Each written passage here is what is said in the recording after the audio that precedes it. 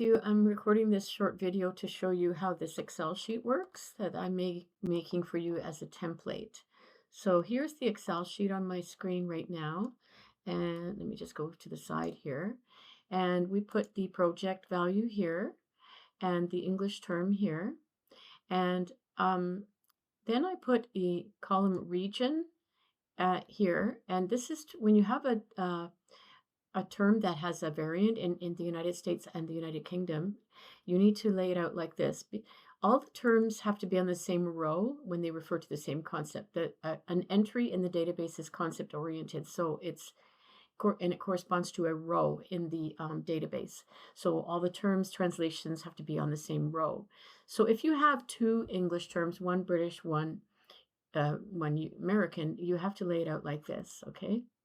So that requires an extra column to indicate the region and an extra column for the extra English term. And you have to do it like that for all the languages that require variants. Then we have the source column, which we talked about already. Then we have Turkish. I don't think Turkish has any variants, but I know French has variants. So for demonstration purposes, I already laid out two columns. Of course, if the French term doesn't have a variant, you'll just be putting it here, and this can stay empty, okay? It's only when the column has to be here to accommodate entries that might have two terms, one France and one Canadian. But otherwise, this would be empty. Just like we have here in English, you have a word here that doesn't have any variant, so these columns remain empty. I mean, these cells remain empty, okay?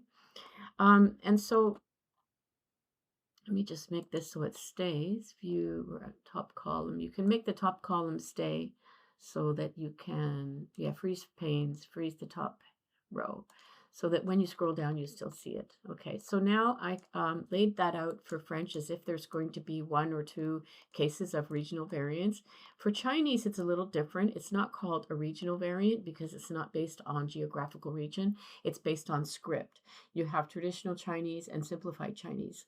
So those are called orthographical variants in TermWeb. So you have to have a column header that says that.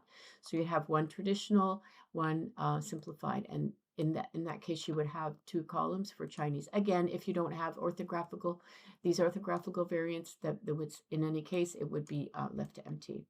So that's how you would lay it out. Of course, there's other languages. There's Spanish, Portuguese, German, Dutch, all those other languages. And as far as I know, there's only a couple of other languages that have these variants. So I didn't put all the languages on this template, but I laid out the necessary information here. So here we have English, and the region column can have one of these values. French, the region column can have one of these values. Chinese orthographical variant column can have one of these values. It's written like that, okay? Portuguese can have a region column with one of these values, and Spanish can have a region column with one of these values.